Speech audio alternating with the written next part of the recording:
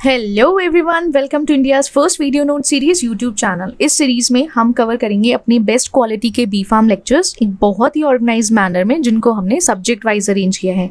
आप सारे सब्जेक्ट्स और टॉपिक चैनल की प्लेलिस्ट में जाके चेकआउट कर सकते हो और सारे वीडियो नोट्स के नोट्स का लिंक आपको वीडियो के डिस्क्रिप्शन बॉक्स में अवेलेबल है। So now let's begin our today's topic, that is general anaesthetics. अब जनरल एनेस्थेटिक्स हमारे क्या होते हैं? जनरल एनेस्थेटिक्स हमारे सेंट्रल नर्वस सिस्टम के डिप्रेसेंस होते हैं। इनका एग्जैक्ट वर्क कहाँ पर होगा? आपके सेंट्रल नर्वस सिस्टम पर। अब इनका काम है एक रिवर्सिबल स्टेट इंड्यूस कराना। क्या करेंगे ये? एक आपकी एक रिवर्सिबल स्टेट को इंड्यूस करेंगे जहाँ पर क्या होगा? अनकॉन्शियसनेस होगा। हमने लास्ट क्लास में अपना ये डिस्कस किया था लोकल एनेस्थेटिक्स के बारे में। लोकल एनेस्थेटिक्स में एक चीज़ हमें ध्यान में रखनी होती है कि जो भी लोकल एनेस्थेटिक्स होते हैं वो कभी भी अनकॉन्शियस नहीं करते।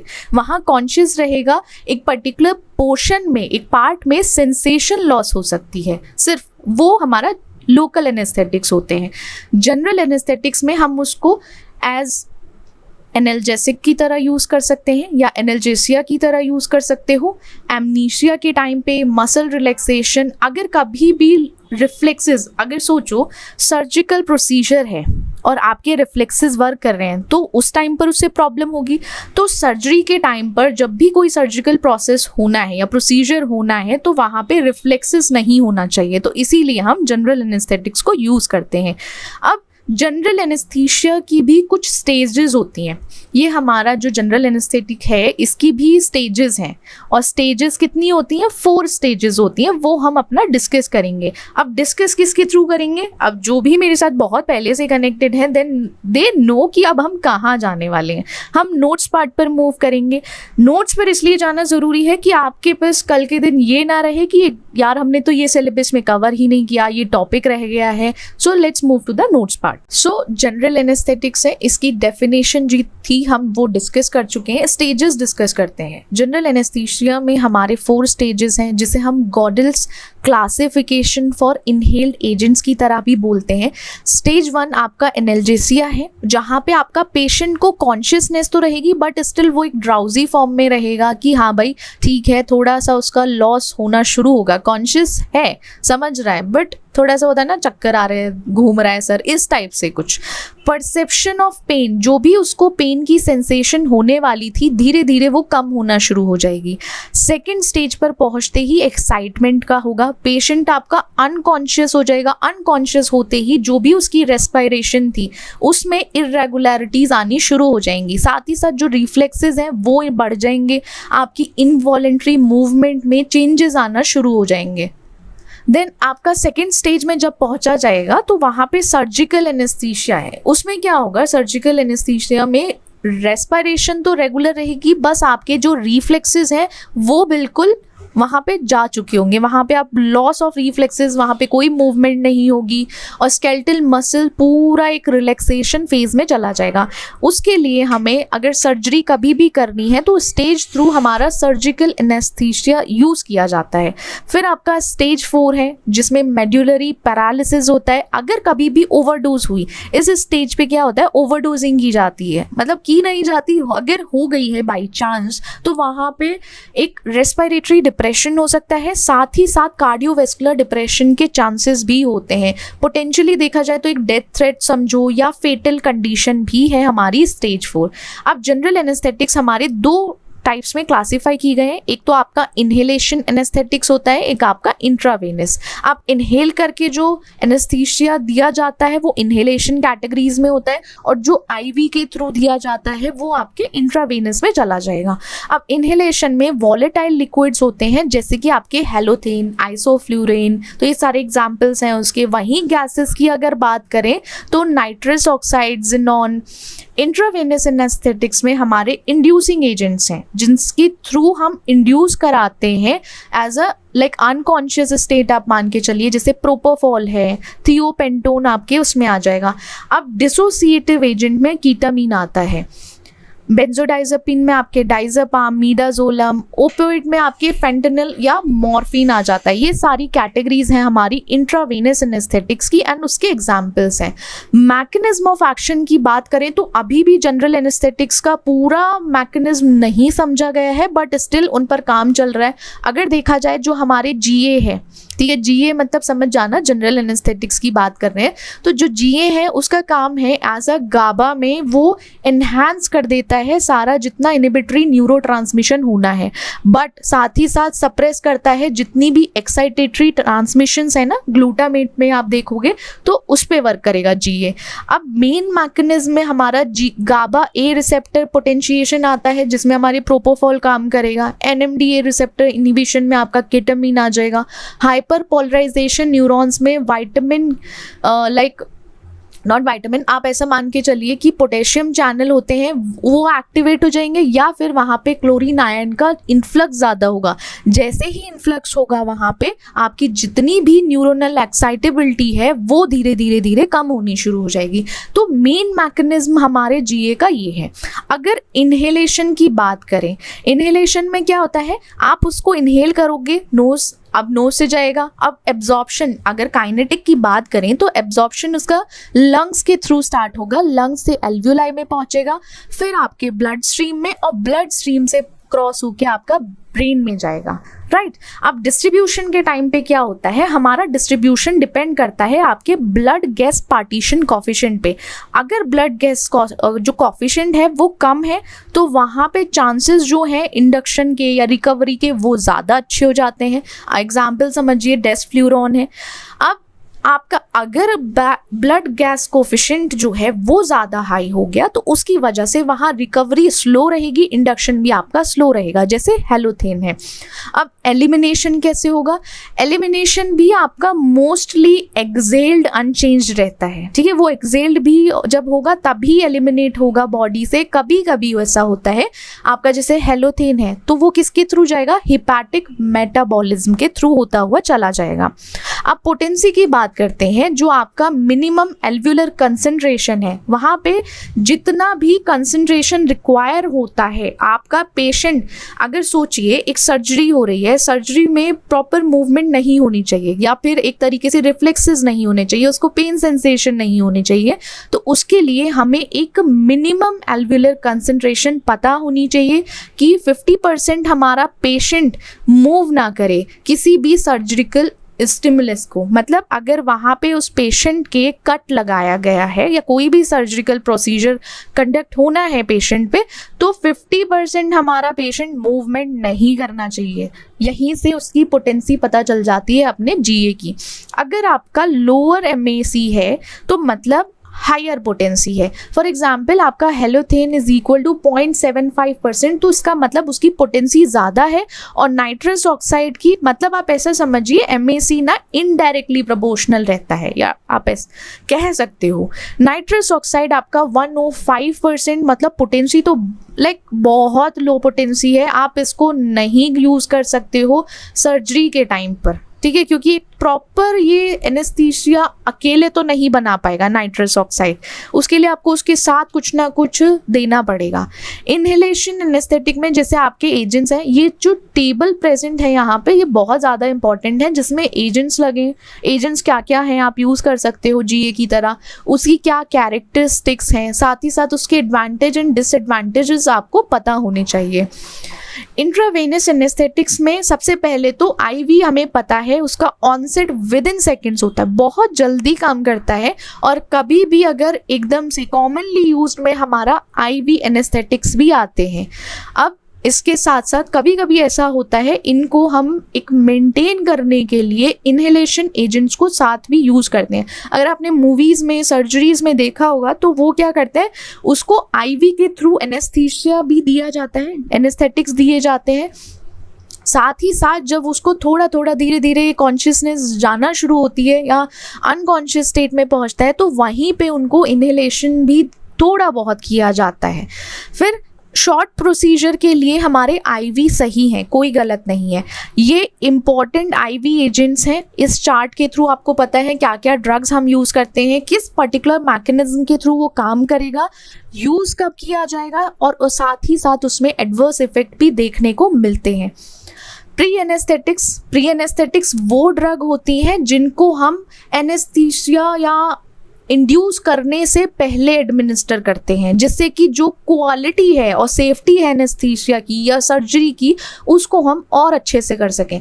जहां प्री लग गया मतलब आपके जीए से पहले कहीं ना कहीं उनको दिया गया है, जिससे कि कोई आगे फ्यूचर कभी कभी क्या होता है ना, पेशेंट ना सर्जरी के बीच में होश में आ जाते हैं, तो उस टाइम जब वो होश में आते हैं ना, या जब उनको थोड़ा सा कॉन्शियसनेस वापस आती है, तो उनको ना वो पेन सेंसेशन फील हो सकती है, वो चीज़ें देख के घबरा सकते हैं। बहुत सारे सर्जिकल प्रोसीजर्स में ये सारी चीज़ें होती हैं, तो इसीलिए उनको प्री एनेस्थेटिक्स दिए जाते हैं। अब कभी भी जैसे कोई भी एंग्जियोलाइसिस पेशेंट है तो उसको काम करने के लिए प्री एनेस्थेटिक, पता चला सर्जरी से पहले ही वो इतना हाइपर हो गया या फिर उसको इतनी ज़्यादा एंग्जाइटी हो गई कि मना कर दे, भाई मैं नहीं कराऊंगा अब सर्जरी, तो उससे कोई फ़ायदा नहीं है। इसीलिए उनको प्री एनेस्थेटिक्स दिए जाते हैं, पेन कम करने के लिए, सिक्रीशन कम करने के लिए। बहुत सारे रिस्पॉन्स आने लगते हैं, रिफ्लेक्स रिस्पॉन्स आते हैं, वो ना हो, जैसे ब्रेडिकार्डिया, एक्स्ट्रा एक्सेसिव में सलाइवेशन अगर होने लगता है, तो उस टाइम पे हम प्री एनेस्थेटिक्स देके उनको कम कर सकते हैं या उनको होने से रोक सकते हैं। अब क्लासिफिकेशन है प्री एनेस्थेटिक्स की, ये क्लासिफिकेशन प्री एनेस्थेटिक्स की इम्पॉर्टेंट है, इसको हमेशा याद रखना, क्योंकि फार्माकोलॉजी में हमारी इम्पॉर्टेंट पार्ट क्या होता है, क्लासिफिकेशन ही होती है। क्लासेस के बेसिस पर सबसे पहले आपके सेडेटिव्स एंड एंजियोलाइटिक्स आते हैं, देन आपके analgesic, anticholinergic, एंटीएमेटिक्स, H2 blockers, proton pump inhibitor, antihistamines, muscle relaxant, ये सारी क्लासिफिकेशन की क्लासेस हैं। उनके साथ कुछ एग्जाम्पल है, सेडेटिव्स में आपके डाइज़ेपाम, मीडाजोलम आ गया, एनाल्जेसिक में मॉर्फिन आ गया, एंटीकोलिनर्जिक में एट्रोपिन है, एंटीएमेटिक में आपके ऑन्डेसेट्रॉन है। ऑन्डेसेट्रॉन के बारे में अगर डिस्कस करें तो कैंसर पेशेंट्स में भी मोस्टली ये जिनको वॉमिटिंग की प्रॉब्लम हो तो एंटीएमेटिक्स के टाइम पे कौन सी पर्टिकुलर ड्रग लिखी जाती है, ऑन्डेसेट्रॉन ही दिया जाता है। कभी कभी मेटोक्लोप्रामाइड है, फिर आपके H2 ब्लॉकर्स हैं, उनका पर्टिकुलर एक पर्पस भी है कि किस वजह से हम इन ड्रग्स को दे रहे हैं। ऐसे ही फालतू में किसी को उठा के तो दिया नहीं जाएगा, कि कोई ना कोई रीज़न, पर्पस होगा उसका। अब गोल क्या है, गोल भी वही है, एंग्जाइटी को ईज करना, प्रिवेंट करना, सलाइवा को रोकना, कुछ वेगल ब्रेडिकार्डिया कंडीशन है उसको प्रिवेंट कर सकें, हाइपोटेंशन ना होने दें। ठीक है, अब नेक्स्ट हमारी जिसे क्लासिफिकेशन है प्री एनेस्थेटिक की, उसमें सबसे पहले आता है हमारा सेडेटिव्स एंड हिप्नोटिक्स। सेडेटिव्स का काम होता है जो एंजाइटी को कम करता है, साथ ही साथ कामिंग इफेक्ट देता है। ठीक है, थोड़ा नर्व्स को काम करेगा, बट एक चीज़ याद रखना, सेडेटिव्स में स्लीप नहीं आती, मतलब नींद नहीं आती। कभी सोचो कि सेडेटिव्स लेके आपको सेडेशन हो रहा है, हल्का बहुत सेडेशन हो सकता है, लो डोज पे आपको नींद कभी भी नहीं आएगी सेडेटिव से। देन आपके हिप्नोटिक्स हैं, हिप्नोटिक्स ड्रग्स का काम होता है स्लीप को इंड्यूस करना, मतलब उनको स्लीप लेकर आना एक तरीके से। अगर हायर डोज पर चले जाओगे एक तो स्लीप नींद आना शुरू हो जाएगी, और साथ ही साथ अगर कुछ भी कोई प्रॉब्लम है नींद में तो उसको मेंटेन किया जाए। कुछ ड्रग्स ऐसी होती हैं कि हम उसको एज सेडेटिव भी दे सकते हैं, एज हिप्नोटिक्स भी दे सकते हैं, या उनको साथ में एक साथ कंबाइन करके दिया जा सकता है। अगर आप, डिपेंड करता है डोज पे। अगर एक पर्टिकुलर डोज है 25 mg पे एक डोज है ए, वो क्या देती है, वो सेडेटिव इफेक्ट दे रही है। वही ए ड्रग हमारी 75 mg पर क्या दे रही है, वो हिप्नोटिक्स इफेक्ट दे रही है। अब यही हम कंबाइन करके 100 mg दे दें तो क्या करेगा, वो सेडेटिव और हिप्नोटिक्स भी दे सकती हैं, दोनों एक साथ एक पर्टिकुलर डोज पर। ठीक है, ये याद रखना।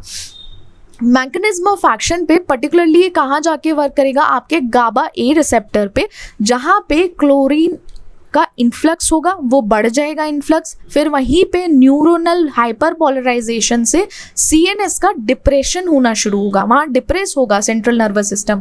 क्योंकि हमने देखा था जो जीए हैं हमारी या एनेस्थेटिक्स हैं, वो as a central nervous system depressants की तरह भी काम करते हैं। वहीं आपके BZD है, बेंजोडाइजेपिन है, जिसका काम है जो क्लोरीन चैनल ओपनिंग हुई है तो उसमें क्या करेगा, उसके इन्फ्लक्स की एक तरीके से फ्रीक्वेंसी को बढ़ाने का काम करेगा। बारबिट्यूरेट्स का काम होता है, क्लोरीन चैनल जब खुल चुका है, ओपन हो चुका है, तो उसका एक ड्यूरेशन है कि इतने ही टाइम तक ओपन रहेगा, तो वो बार्बिचुरेट्स क्या करेंगे, उसको इंक्रीज कर देगा उसकी ड्यूरेशन को। देन आपकी जी ड्रग्स आती हैं, सेलेक्टिवली वो जाके आपके BZ1 पे बाइंड करेंगी या उस साइट पे। अब ये साइट आपकी कहाँ प्रेजेंट है, गाबा ए रिसेप्टर पर, तो वो जाके एग्जैक्टली उस रिसेप्टर से बाइंड होकर अपना मैकेनिज्म ऑफ एक्शन शो करेंगे। अब सेडेटिव्स एंड हिप्नोटिक्स की क्लासिफिकेशन की बात करें तो सबसे पहले आपका बेंजोडाइजेपिन है, कुछ नॉन बेंजोडाइजेपिन हिप्नोटिक्स होती हैं जिन्हें हम जी ड्रग भी बोलते हैं। अब जी बोलो आप जेड बोलो, वो आप पे डिपेंड करता है। सेडेटिव्स एंड हिप्नोटिक्स में आपके बार्बिचुरेट्स भी आते हैं, ये थोड़े से इंपॉर्टेंट हैं। सेडेटिव्स एंड हिप्नोटिक्स की अगर क्लासिफिकेशन आती है तो आप ये लिखकर ज़रूर आना। अब जैसे बेंजोडाइजेपिन है तो एग्जाम्पल आपका डाइजेपाम, लोराजेपाम, मीडाजोलम, एल्प्राजोलम। तो एक चीज़ ध्यान रखना, एक तो आपका जिपाम, जहाँ जिस ड्रग के बैक में आप ऐसा समझिए प्रीफिक्स होगा, वो सुफिक्स होगा, तो जिपाम है। तो जिपाम क्या है, आपकी बेंजोडाइजेपिन है। और जोलम आ गया तो भी आप उसको एज अ बेंजोडाइजेपिन की क्लासिफिकेशन एग्जाम्पल में उसको लिख कर आओगे या बता सकोगे। देन मैकेनिज्म ऑफ एक्शन में हमें ये पता होना चाहिए कि जैसे हमारी एग्जाम्पल ड्रग है, वो क्या करेगा, आपकी स्पेसिफिक साइट है गाबा ए रिसेप्टर की, वहाँ जाकर बाइंड करेगा और जो आपका क्लोराइड आयन चैनल है उसको ओपन करेगा, ठीक है, उसकी फ्रीक्वेंसी भी बढ़ाएगा। जब हमारा क्या करेगा, हमारी ड्रग जाके गाबा रिसेप्टर से जाके बाइंड होगी। अब वहीं पे क्लोराइड आयंस हमारे न्यूरॉन्स में एंटर करेंगे, ज़्यादा से ज़्यादा अगर क्लोराइड आयंस न्यूरॉन में एंटर करेंगे तो वहाँ पे नेगेटिव हो जाएगा, क्लोराइड आयन प्रेजेंट है। अब नेगेटिव की वजह से हाइपर पोलराइजेशन होगा और न्यूरॉन्स क्या है, मतलब like they are on fire, वो उनमें आग लग चुकी है अच्छी खासी। तो क्या करेंगे भाई, अब यहाँ पे पानी मारो, सिडेशन कॉज करो, मसल रिलैक्सेशन या एंजाइटी को कम करो। यही बेंजोडाइजेपिन का हमारा mechanism of action. Clinical uses में हमारे एंजियोलाइटिक्स हैं, हिप्नोटिक्स हैं, मसल रिलैक्सेंट, एंटी कन्वल्सेंट और आपकी प्री एनेस्थेटिक सिडेशन है। तो एंजियोलाइटिक्स हम एंटी एंजाइटी में यूज करते हैं, जैसे आपका एल्प्राजोलम है। कभी भी किसी पर्टिकुलर पर्सन को पैनिक डिसऑर्डर आते हैं तो हम वहाँ पे एल्प्राजोलम को, या हम नहीं मतलब किसी भी एक प्रिस्क्राइब्ड किया गया ड्रग हो या फिजिशियन हो, उसने रिकमेंड किया, उसने प्रिस्क्राइब किया हो, then alprazolam panic disorder patients को दिया जाता है। हिप्नोटिक्स हैं, स्लीप एड्स हैं, मतलब स्लीप में हेल्प करते हैं आपके, ट्रायाजोलम है, टेमाजेपाम है, वो आपके हिप्नोटिक्स की। कभी भी सेल्फ प्रिस्क्राइब्ड कोई भी मेडिकेशन मत लेना, खुद मत प्रिस्क्राइब कर लेना। ठीक है, आपने पढ़ लिया है, इसको पढ़ना ज़रूरी है, आपको विद प्रिस्क्रिप्शन ही ये उसको देना है। अब मसल रिलैक्सेंट है, डाइजेपाम स्पैज्म के लिए यूज़ किया जा सकता है, लोराजेपाम हमारा एपिलेप्टिकस है उसमें यूज़ करेंगे। प्री एनेस्थेटिक सिडेशन में मीडाजोलम आता है, मीडाजोलम को हम सर्जरी से पहले यूज़ करते हैं। तो ये सारे क्लिनिकल यूजेस हैं हमारे बेंजोडाइजेपिन के। एक बात याद रखना, अगर हम बेंजोडाइजेपिन को बार्बिचुरेट से कंपेयर करें तो हमारे बेंजोडाइजेपिन सेफर है। मतलब अगर एक ड्रग में आप सेफर साइड ढूंढते हो then benzodiazepine is the safe one because they have a ceiling effect. उनका सीलिंग इफेक्ट है, एक सर्टेन अमाउंट के बाद वो CNS डिप्रेशन नहीं करते, ठीक है, क्योंकि चांसेस होते हैं कभी कभी ओवरडोज, जब इनको अकेले यूज़ किया जाए तो थोड़े चांसेस भी बढ़ जाते हैं और कहीं ना कहीं इनको अगर नहीं ओवरडोज किया जाए, सही रहे तो धीरे धीरे अमाउंट को इंक्रीज भी किया गया तो CNS सेंट्रल नर्वस सिस्टम पे डिप्रेशन या डिप्रेशन की तरह नहीं काम करेंगे। ये नोट है, ठीक है, एक्स्ट्रा ये पॉइंट को ऐड ऑन कर सकते हो समझने के लिए। नॉन बेंजोडाइजेपिन हिप्नोटिक्स जिनको हम जी ड्रग्स भी बोलते हैं, जी ड्रग्स जैसे जोलपिडम, ज़ैलाप्लोन, आपका एज़ोप्लिकॉन है, तो ये क्या करते हैं, ये आपके जाके BZ1 रिसेप्टर सब टाइप पर बाइंड होते हैं और ये सब टाइप आपका गाबा ए कॉम्प्लेक्समर होता है, ठीक है, वहाँ बाइंड होंगे। रिजल्ट में आपको इसका सेडेटिव इफेक्ट मिलेगा, साथ ही साथ जो अदर आपके एंजियोलाइटिक मसल रिलैक्सेंट एक्टिविटी या एक्शन दे रहे थे वो नहीं मिलेगा, वो उसका इफेक्ट जो है कम से कम ही होगा। एंटी एंजाइटी की तरह नहीं यूज किया जा सकता इनको।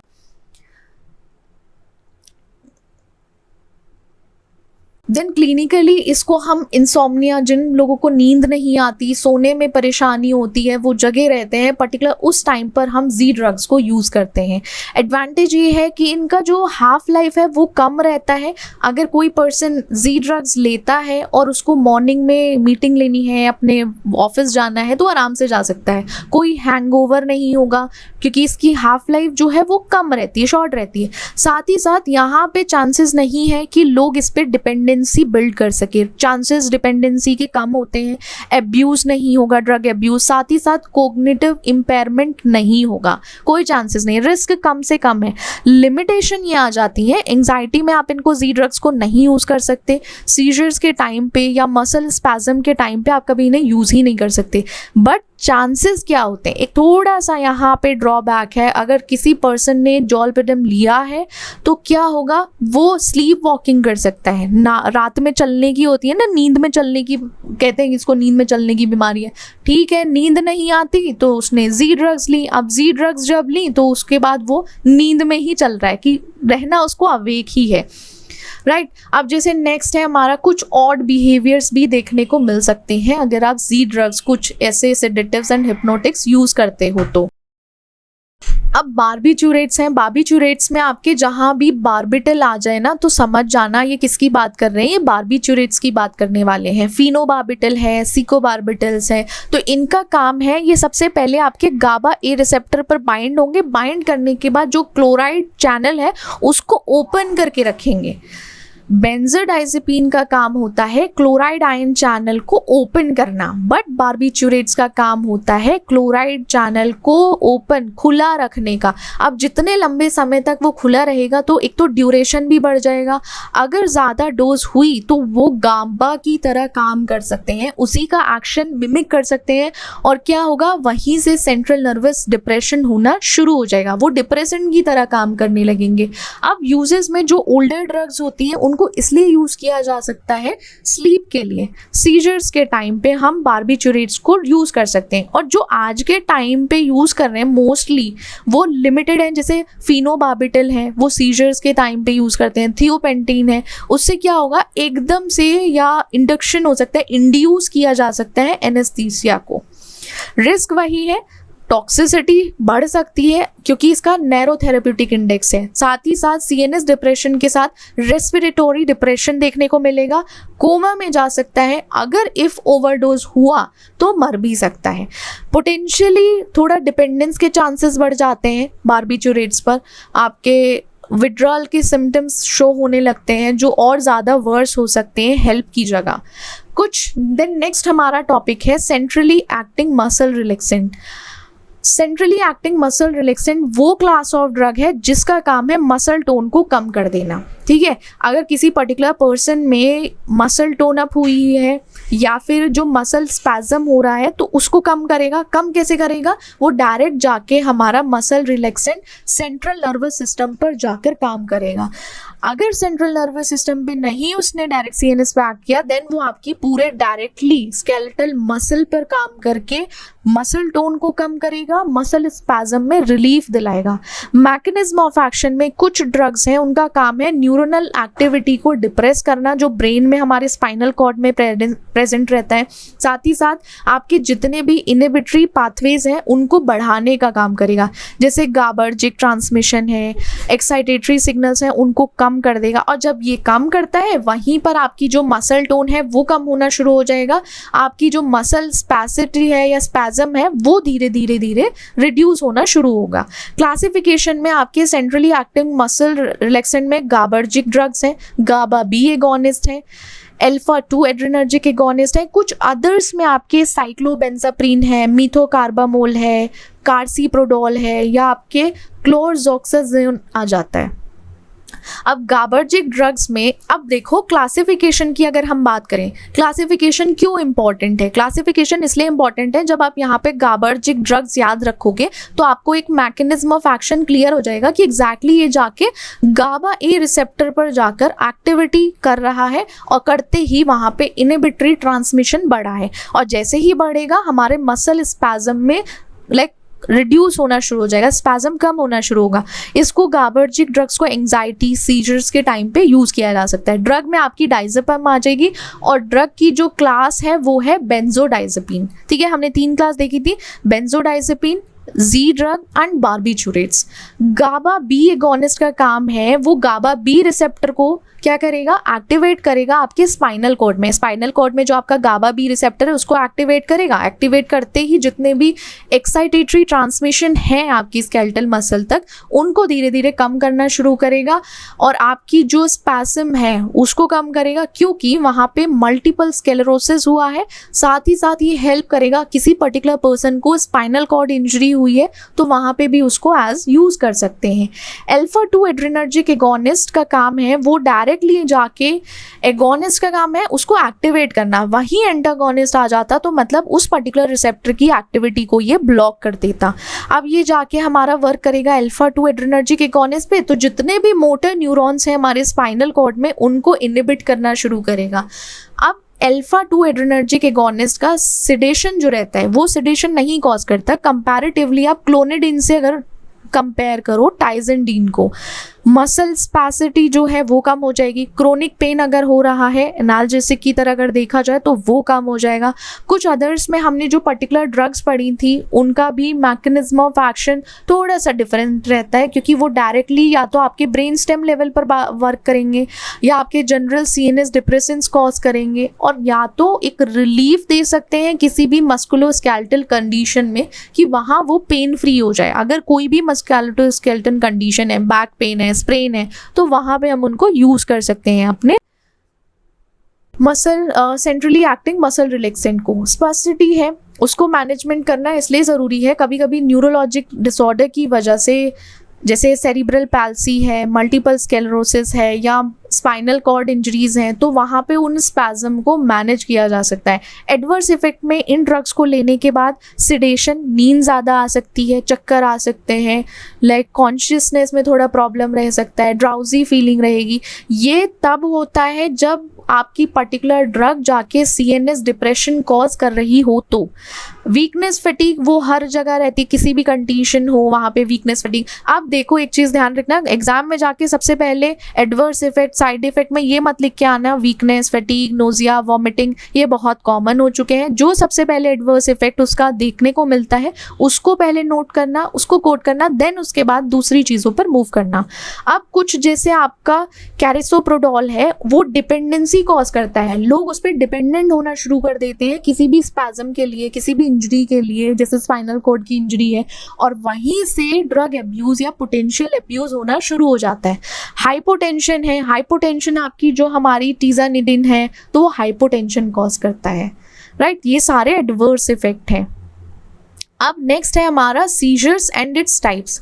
अब सीजर्स क्या होता है, हमारी बॉडी एक तरीके से इलेक्ट्रिकली डिस्टर्ब हो चुकी है, मतलब हमारे ब्रेन में कुछ अनकंट्रोलेबल डिस्टर्बेंस आया है इलेक्ट्रिकल नर्व्स में या इलेक्ट्रिकल सिग्नलिंग में, जिसकी वजह से हमारी बॉडी कॉन्शियसनेस भी खो सकती है, कॉन्शियसनेस लूज कर सकती है, फीलिंग्स, मूवमेंट्स, बिहेवियर सब में चेंजेस आ सकते हैं। और सीजर्स ऐसे नहीं होते, बता के नहीं आते, सीजर्स आर सडन ऑनसेट, वो एकदम से होना शुरू हो जाते हैं। अब सीजर्स के क्लासिफिकेशन, एक तो पार्शियल सीजर्स है, जनरलाइज सीजर्स है, आपके अननोन ऑनसेट है, आपको नहीं पता। बहुत सारे सीजर्स इस टाइम ऐसे हैं, आप बैठे हो, बैठे बैठे किसी पर्टिकुलर पर्सन को सीजर्स आने स्टार्ट हो जाए और उसको पता भी नहीं चलेगा, वो सिंपली कॉन्शियसनेस लूज कर देगा, मूवमेंट लूज कर देगा, खड़े खड़े गिर सकता है। और मोस्टली जिम में आपने लोगों को देखा हो कभी कभी आ जाते हैं सीजर्स। फोकल पार्शियल सीजर्स की भी टाइप हैं, जैसे आपका फोकल अवेयर या सिंपल पार्शियल बोलो, थोड़ा सा फोकल इम्पेयर्ड, कॉम्प्लेक्स है आपका फोकल। इनको वन बाय वन हम टाइप्स को डिस्कस करेंगे, इनके क्लासिफिकेशन समझ लेते हैं। अब टाइप्स हैं जैसे टोनिक क्लोनिक है, ग्रैंड मेल सीजर्स बोलते हैं उसको, एब्सेंस। उसमें क्या होता है, इंसान कॉन्शियस है, बॉडी मूवमेंट नहीं होगा, कोई बिहेवियर नहीं, कोई फीलिंग नहीं है, वो चुपचाप आराम से बैठा हुआ है और अचानक से ना कुछ टाइम के लिए जोन आउट हो जाएगा। उस टाइम क्या होता है, उन्हें हम एब्सेंस सीजर्स बोलते हैं। मायोक्लोनिक है, उसमें बॉडी का सेंसेशन और थोड़ा सा मूवमेंट चेंज होता है। Tonic, clonic, atonic. एटॉनिक में ड्रॉप अटैक्स आते हैं। अननोन ऑनसेट में तो आपको पता ही नहीं चलेगा किस पर्टिकुलर टाइम पर सीजर्स स्टार्ट हो गए हैं। फोकल पार्शियल सीजर्स में क्या होता है, आपका जो ब्रेन का एक हेमिस्फेयर है, वन हेमिस्फेयर में आपका सीजर्स स्टार्ट होगा, धीरे धीरे वो अवेयर होगा, साथ ही साथ अवेयरनेस जाना शुरू हो जाएगी, इम्पेयर्ड हो जाएगी। अब टाइप्स में फोकल अवेयर सीजर्स हैं, जैसे सिंपल पार्शियल हैं, तो वहाँ कॉन्शियसनेस तो रहेगी, बट सिम्टम्स डिपेंड करते हैं कौन सा पोर्शन या कौन सा एरिया ब्रेन का वहाँ पे इन्वॉल्व हुआ है। फॉर एग्जाम्पल आपकी मोटर नर्व्स इन्वॉल्व हुई हैं, सेंसरी नर्व्स इन्वॉल्व है, विजुअल कुछ भी अगर इन्वॉल्व है, उस हिसाब से ही कॉन्शियसनेस में इम्पेयरमेंट या कॉन्शियसनेस हो भी सकती है, नहीं भी हो सकती है। फोकल इम्पेयर्ड में कॉन्शियसनेस जा चुकी होती है, अवेयरनेस बिल्कुल ख़त्म हो जाता है, फंबलिंग होने लगती है, लिप स्मैकिंग होती है। Focal to bilateral tonic clonic में क्या होता है, वो फोकल होता है, सबसे पहले आपके एक हेमिस्फेयर, ब्रेन के वन हेमिस्फेयर से शुरू होगा, धीरे धीरे वो स्प्रेड होके दोनों हेमिस्फेयर में फैल जाएगा, उसके बाद ही आपका एक जनरलाइज्ड सीजर होगा। ठीक है, जनरलाइज सीजर की एक बात होती है, उसमें अगर देखा जाए, ये जनरलाइज सीजर्स में आपके जो हेमिस्फेयर है वो दोनों हेमिस्फेयर इन्वॉल्व हो जाते हैं। जब ऑनसेट होगा ना कभी भी जनरलाइज सीजर का, तो दोनों हेमिस्फेयर ब्रेन के इन्वॉल्व रहते हैं। अब कॉन्शियसनेस, जो यूजुअली जनरलाइज सीजर में कॉन्शियसनेस जा चुकी होती है, इम्पेयरमेंट होता है, नहीं होती दैट मच। अब ये जो टाइप्स है हमारे टोनिक क्लोनिक, जिन्हें हम ग्रैंड मेल भी कहते हैं, वहाँ पे स्टिफ हो जाती है मसल्स, थोड़ा जर्क होना शुरू होता है। फिर एब्सेंस में वहाँ पे अवेयरनेस ही खत्म हो जाती है, लॉस ऑफ अवेयरनेस है, या आप कुछ स्पेल बोलने लगते हो, मोस्ट कॉमनली ये चिल्ड्रंस में होता है। देन आपका मायोक्लोनिक है, मायोक्लोनिक में सडन और ज़्यादा से ज़्यादा लाइक जर्क होना शुरू हो जाते हैं, उछलने लगती है, बॉडी की मूवमेंट चेंज हो जाती है, ट्विचेस होती है, मसल ट्विच करना शुरू हो जाती हैं। कॉन्शियसनेस यूजुअली रहती है, बट पता चलता है कि हाँ बॉडी में कुछ तो अजीब हुआ है। टॉनिक क्लोनिक, आपका टोनिक में स्टिफ हो जाएंगी मसल्स, क्लोनिक में जर्किंग होना शुरू होती है, जर्क करती है बॉडी, एकदम हिलना शुरू हो जाती है सडनली। एटॉनिक ड्रॉप अटैक्स में सडनली आपकी मसल टोन चली जाती है, वो होता है ना कभी कभी खड़े खड़े किसी पर्टिकुलर लाइक पर्सन को सीजर अटैक आया, ड्रॉप अटैक कहते हैं उसको, एटॉनिक भी बोल सकते हो। वहाँ पे मसल टोन बिल्कुल जो पोस्चर मेंटेन करने के लिए ना, वो लॉस हो जाता है सडन एकदम से, और जैसे ही वो लॉस होता है हमारी बॉडी अपना जो पोस्चर है वो छोड़ चुकी होती है और हमारी बॉडी गिर जाती है। चांसेस क्या होता है, इसे हेड ड्रॉप आप बोल सकते हो, एकदम से गिरा सर लगता है, कुछ लोगों में होता है टॉनिक या drop attacks. Unknown onset seizures में मतलब समझ में नहीं आता पर्टिकुलर ये सीजर शुरू कहाँ से हुआ है, किस पर्टिकुलर एक पॉइंट है, बिगनिंग पॉइंट या स्टार्टिंग पॉइंट पता ही नहीं होता अननोन ऑनसेट सीजर्स में। फिर उसके बाद उसको धीरे धीरे जब ये होना शुरू होता है, फिर हम उसको क्लासिफाई करते हैं कि ये फोकल इन्वेस्टिगेशन के बाद फिर भी उन पे काम चलता रहता है, देखा जाता है कि अननोन किस वजह से सीजर स्टार्ट हुआ है, फोकल में डाला जाए या जनरलाइज सीजर्स में उसको डाल सकते हैं।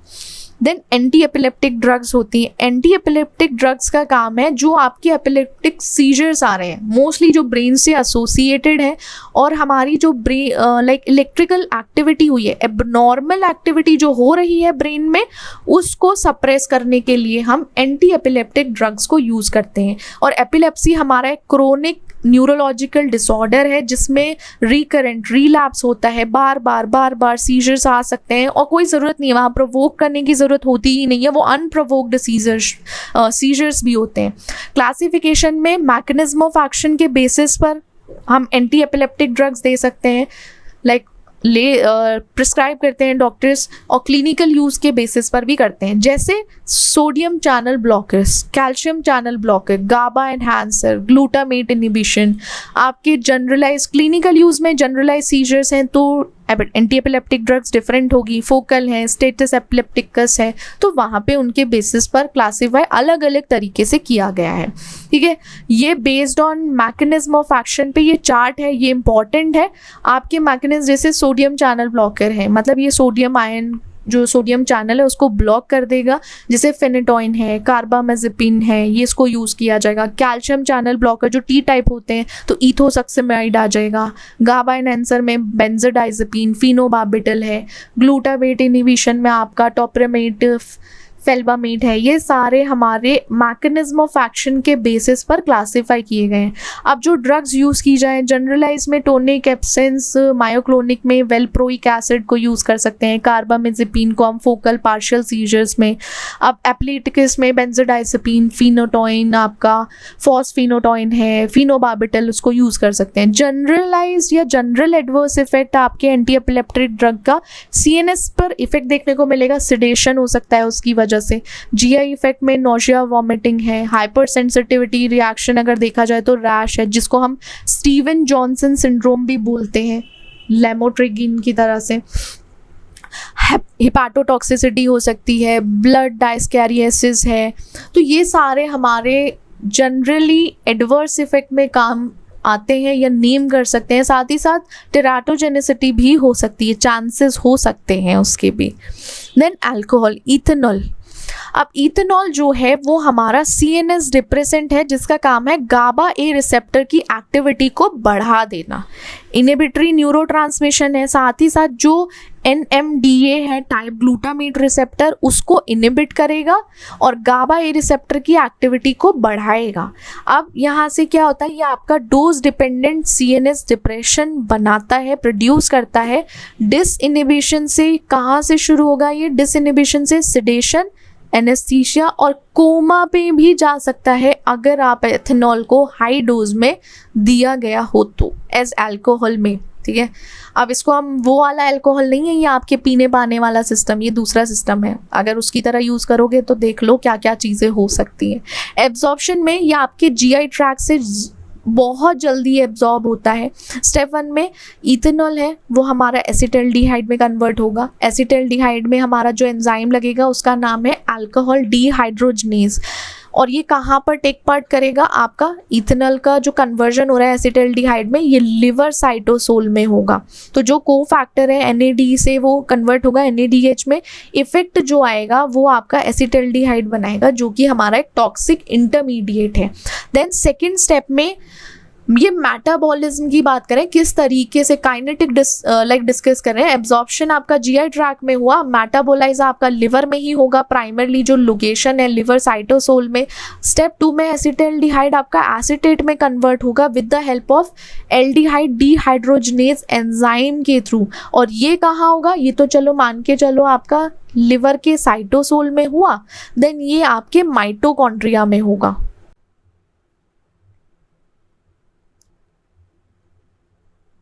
राइट, तो यहाँ पे को फैक्टर जो कन्वर्ट होंगे NAD प्लस से NADH, यहाँ पे एसिटेट बनाएगा जो नॉन टॉक्सिक है, जिसको एनर्जी यूज़ किया जा सकता है एनर्जी मेटाबॉलिज्म में। फिर ये सारी चीज़ें हम पहले से ही पढ़ चुके हैं। अगर आपने बायोकेमिस्ट्री सेकेंड सेमेस्टर में देखा होगा तो वहाँ पे हमने क्रैब साइकिल हमने डिस्कस की थी, आपने ग्लाइकोलाइसिस सब कुछ डिस्कस किया था। वहीं का ही पार्ट है कि कैसे कन्वर्जन चल रहा है। अगर कोई डाउट है जाओ जाके नोट्स उठाओ, फिर से उसको देखो, या क्लासेस को एक बार दोबारा से पढ़ लो कि क्या हमने डिस्कस किया था, किस तरीके से साइकिल वर्क करती है।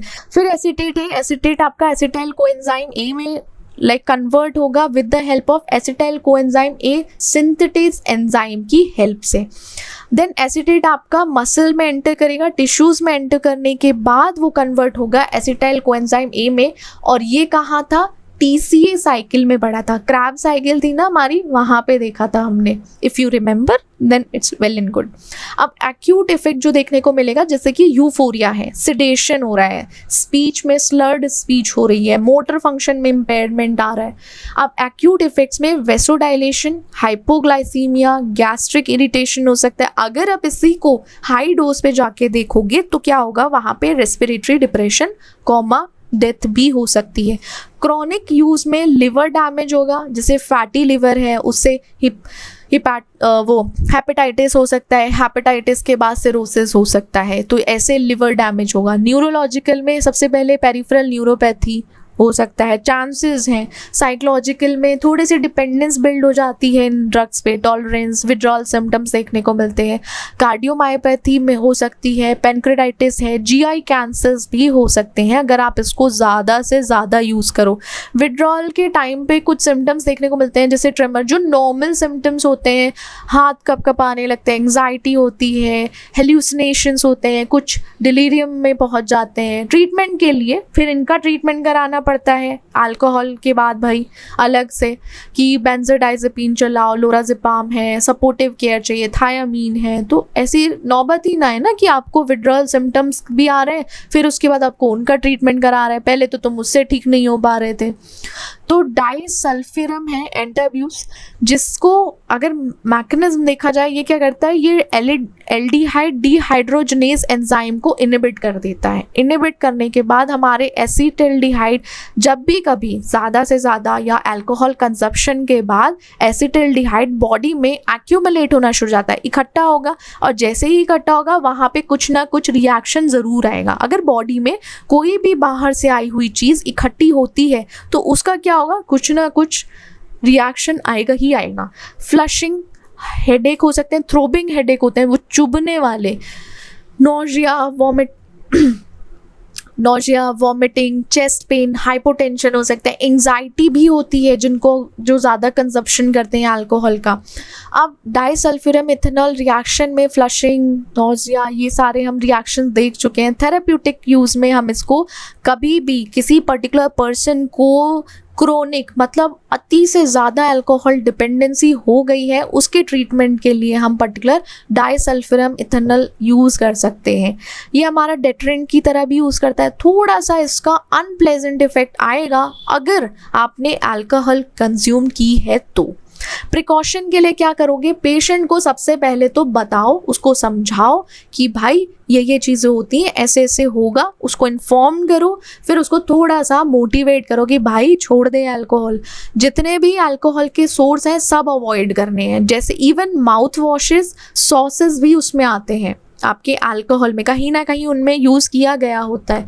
अब कुछ पेशेंट्स हैं उन पर इसको हम यूज़ नहीं कर सकते इस पर्टिकुलर ड्रग को, जैसे कि जिन पेशेंट्स को कार्डियोवैस्कुलर डिजीज़ है, हिपैटिक डिसफंक्शन हुआ है, या कोई भी साइकाइट्रिक इलनेस है। तो कॉन्ट्रा इंडिकेशन की अगर इसकी बात की जाए इस पर्टिकुलर ड्रग की, वो है हमारे कार्डियक डिजीज़। किसी को सीवियर लेवल पे कार्डियक डिजीज़ है, वहाँ पे इसका कॉन्ट्रा इंडिकेशन देखने को मिलता है। लिवर डिसफंक्शन में, साइकोसिस में, तो इसीलिए पर्टिकुलर ये पॉइंट जो है कि should not be used in patient, वहाँ पर वैलिड करता है क्योंकि वहाँ पे कॉन्ट्रा इंडिकेशन है।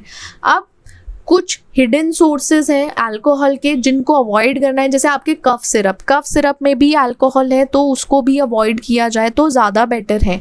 माउथ वॉशेस हैं, सॉसेस हैं, बहुत सारी चीज़ें हैं जिनको कैटेगराइज कर सकते हैं, या उसमें एक अल्कोहल छिपी हुई है तो उसको थोड़ा सा अवॉइड किया जाए अगर कभी भी किसी का इस पर्टिकुलर ड्रग के थ्रू या ट्रीटमेंट चल रहा है तो। Okay, so that's it for today. See you in the next class. Bye bye.